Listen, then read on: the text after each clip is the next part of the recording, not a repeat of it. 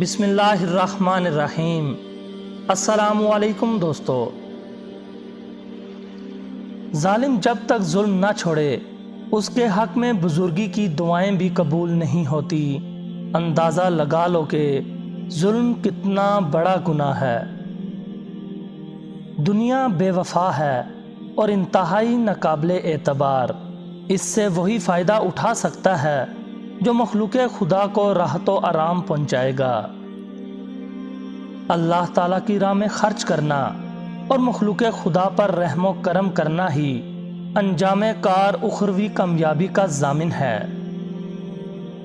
عقل مند کے نزدیک دنیا کی مضبوط عمارتیں کچھ نہیں ہیں، ان سے موت کا مقابلہ نہیں کیا جا سکتا، بلکہ ان کو دیکھ کر خوف آتا ہے کہ جب ان کو بنانے والے نہ رہے تو ہم کیسے رہیں گے۔ بادشاہوں کی ناراضگی کے سبب حق گوئی کا فریضہ چھوڑ دینا اہل حق کا شیوا نہیں۔